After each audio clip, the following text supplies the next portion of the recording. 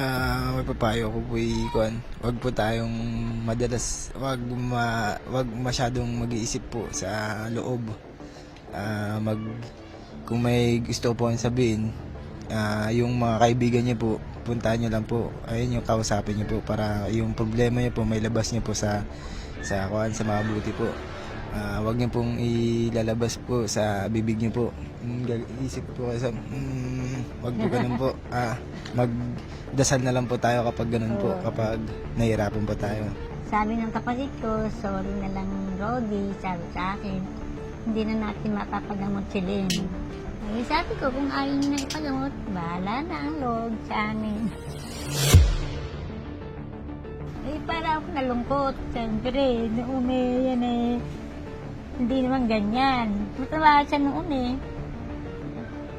At saka siya, hindi naman sinusumpong. Hindi naman siya nagwawala, kundi yung maisipan lang niya, lakad ng lakad, gano'n. Tumatawa. Ba't naiyak ka pang? Naalala ko po yung pamilya na. Sariwakwakan na! Magandang tanghali po sa ating lahat. Nandito po tayo sa tatlong magkakapatid po. Puro ko po kay babae, no? Opo. Puro babae po sila. Sila na lang po dito sa bahay nila na nakatira. Tatlo lang po kayo dito, Apang. Yung kapatid niya, yung anak niya isa, andyan. Dalaga rin. Bali, apat po kayo dito? Oo. Na paano po kayo, Apang? Ako, Apa. nadapa ako Nadapa po? Oo. Tapos po? Nung hindi na ako nadapa ako, hindi na ako makatayo kaagad. Pero dati po nakakatayo po kayo? Oo, nakakalakad ako. Mga ilang taon na po kayong nakahiga?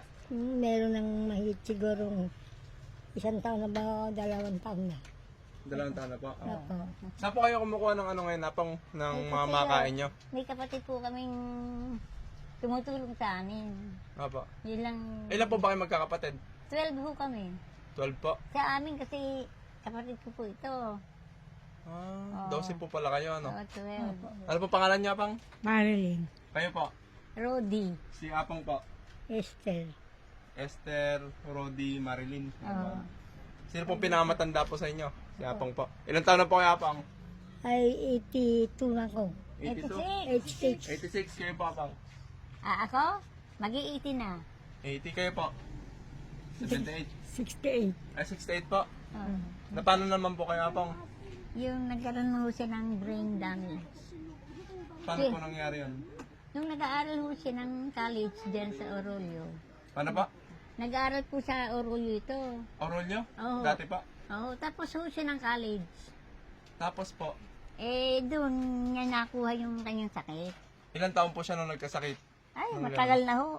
Ilang taon na. Na-stop lang po yung paggagamot dahil yung mga kapatid ko may asawa na, siyempre may mga anak na. Bata pa po siya nung nagkaroon ng gano'n? Oo, Nung bata. college po siya? Oo, college pa. Mm. Eh, kaya nga yung mga kapatid ko, hindi na kami binigyan dahil may pamilya na. Apo. Kaya sabi ng kapatid ko, sorry na lang Rodi, sabi sa akin, hindi na natin mapapagamot si Lynn. Eh, sabi ko, kung ayaw niyo na ipagamot, bahala na ang Lord sa amin. Nung nalaman niyo pong gano'n, Apong, yung parang hindi na ipapagamot yung kapatid niyo, ano pong naramdaman niyo nun? Eh, para ako nalungkot. Siyempre, noon yan hindi naman ganyan. Matawa siya noon At saka siya, hindi naman sinusumpong. Hindi naman siya nagwawala, kundi yung maisipan lang niya, lakad ng lakad, gano'n. Tumatawa. Ba't naiyak ka, Apong? Naalala ko po yung pamilya na. Naintindihan niya pa po tayo? Oo, naintindihan. Parang lakad lang po siya ng lakad. Oo. Maisipan lang po, malakad. Apo. Hindi naman sa dating ganyan. Nung nagkasakit nga lang siya, saka naglalakad. Pinapagamot po namin doon sa psychiatrist na si Doktora dyan sa PJJ noon. Ngayon may sarili niya siyang clinic. Eh, hindi na namin mapagamot kasi mahal na po yung injection, 1.5. Ang gastos po yan, buwan-buwan, 5,000 na. Eh, yung mga kapatid ko, siyempre may pamilya na po yan, may anak na nag-aaral.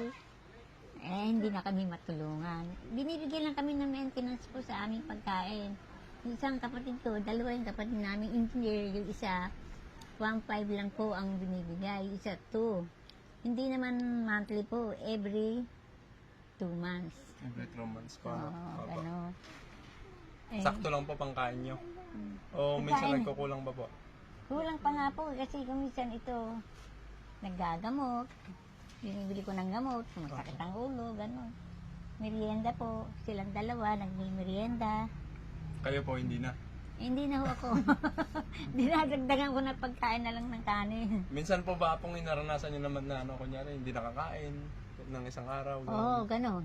May mga time pong hindi kayo nakakain naman. Oo, may time po kami. Paano po yun, Nay? Ako Hindi lang, po kayo hindi na. nanghihingi sa mga kapitbahay nyo? Hindi po ako nahihingi, nahiya po. Anong titinda po kayo dati? Oo, Nang ano po? Eh, gulay. Mga Doon gulay sa po. amin, doon sa Talavera. Tiga Talavera po talaga kayo? Oo, doon sa Mag-asa. Pag-asa. Paano po kayo napunta dito naman? Eh, kasi nga dahil dito, tinawagan ako ng anak niya. So 2 taon pa lang po kayo dito? Oo, hindi ho. Panda ho. 10 years na. 10 years na po. Oo. 2017 kami dumating dito. Naku, mga... Ba't naman hindi po kayo nakapag-asawa pong dalawa? Eh kasi ako, malaki ang aking sakripisyo sa magulang ko. Walang mag-alaga noon sa magulang ko, nag-asawa na lahat yung mga kapatid ko. Ming! Import ko naman yun. Ming! Hindi, ganyan lang po yan. Pala kaibigan po yan. Ngayon, sabi nga ng kapatid ko, sorry na lang Ate Rodi, hindi natin mapapagamot si Lynn. Opo. Sabi ko naman, bahala na si Lord. So parang ang nangyari apong, kayo po yung pinaka nagsakripisyo sa inyong magkakapatid na mag-alaga sa lahat. Oo, lahat. Napakabuti niyo naman Ako po. yung magulang ko, tatay at nanay ko, mga kapatid kong nangamatay, ako din ho nag-alaga. Apo. Ito na nga inalagaan ko, ito ang last na kapatid kong inalagaan ko. Dahil nagkasakit naman siya, hindi ko rin mapagamot dahil ala akong hanap buhay. Kaya sabi ko sa kanya, tulungan mo yung sarili mo, Apo. na ikaw ay wag na ng lakad ng lakad. Hindi ko din mapigil. Sabi sa akin ni doktora, hindi mo mapipigil yan kasi wala yung injection. Injection po yung... Pero pag na-injection po siya, Ay, naku, maghapon natutulog po yan. natutulog lang. Hindi po, exercise na din po kakalakad. Kung minsan hindi na kumakain, ginigising ko. Ay, ganun po. Oo. Patulog lang po siya, no? O tulog. Kasi yung gamot kong binibigay ni doktor, talagang pampatulog yun. Maghapon kang magdamag na matutulog. Ilang araw po yun? O mga 2. 2 araw. Tapos Kaya- gagaling naman na po siya. O gagaling na ako kasi may gamot din iniinom. Tapos po, pagkatapos uminom ng gamot na yon, hindi na siya naglalakad-lakad. Hindi na ako kalmante naman na. Nakakausap na po na maayos. Oo, nakakausap siya ngayon. Kaya lang, pang naisipan lang niya na naglalakad. Ganon. Maisipan lang naman niya. Hindi naman siya lakad ng lakad na kwan. Maisipan niya. Ito nakarating na nga doon sa digdig. Nagkakad po? Oo, hindi. Sumakay sa sasakyan. Pagtapos nakarating na sa Pangasinan. Kalayo pa lang nararating mo, Apong. Alam mo pa yung mga yun, Apong? Ha? Alam mo pa po yun, yung mga pinupuntahan mo pag naglalakad ka? Hindi mo lakad, sumasakay din. Ay, sumasakay. Oo, nakarating na dyan sa Maynila. Mm-hmm. Bawang, Batangas. Oo. Nalalayo. Hindi po siya sinisingil. Hindi, sinasabi naman niya na si ay nadukutan. Magaling din po pala si Oo, Apong. nawala daw yung pera niya. Yun naman sinasabi niya. Sinasabi niya sa akin, naku, nagsisinungaling ka. Sabi ko, masama yun, bad yun. Paano nga, wala kang pera. Sabi niya. Hindi ka. Yung kanyang pagpapagamot, sabi ni Doktora Medina, kailangan continuous. Sabi ko, Doktora, ako wala akong hanap buhay. Mga kapatid ko ayon magbigay. Kaya nga sabi ko doon kay Doktora, sorry na lang ma'am, hindi ko mabigyan ng talagang pagpapagamutin ng kapatid ko. Sabi ni Doktora, continuous mo lang, gagaling din yan. Ito, Apong, may kasama po tayong tigapayo. Anong masasabi mo? Si Apong kasi lakad daw ng lakad. Tapos kasi ngayon, di na siya nakakainom ng gamot na, Apong. Oo, Anong matagal masasabi? na. Anong may papayo mo kay Apong? May papayo ko po wag po tayong madalas, wag masyadong mag-iisip po sa loob. Kung may gusto po sabihin, yung mga kaibigan niya po, puntahan nyo lang po. Ayun yung kausapin nyo po para yung problema nyo po may labas nyo po sa mga buti po. Wag nyo pong ilalabas po sa bibig nyo po. Isip po kayo wag po ganun po. Magdasal na lang po tayo kapag ganun po, kapag nahihirapan po tayo. Maganda na yung sinabi mo, okay na. Thank you. Okay na yan, maganda na yung sinabi mo eh. Baka kung ano pang sabihin. Apang wag kang isip ng kung ano po ano. Opo. Pala isip kasi ito. Kung ano po, hindi niya na po kaya magtinda-tinda ng gulay dito sa labas. Hindi na wala? ho, marami kasi ditong mga Titinda na, no? naglulong din. Oo. Kaya mahirap tinda at hindi ko din maiiwanan niya. Ano, yung mga anak din niya, may mga hanap buhay. Ngayon na pong, kumain na po kayo? Ngayong tanghali. Oo, nangutang lang ako. Nangutang lang po kayo, magkano po inutang nyo? Dilata na 7 na dilata na corn beef. Dilata lang po inulam nyo. Oo. Ginisa ko lang ho sa kamatis. Ganun para may May sabaw. ibibigay ako pong pandagdag nyo lang po ng pangkain-kain nyo, no? Oh, thank you. Ayan. Ayan din.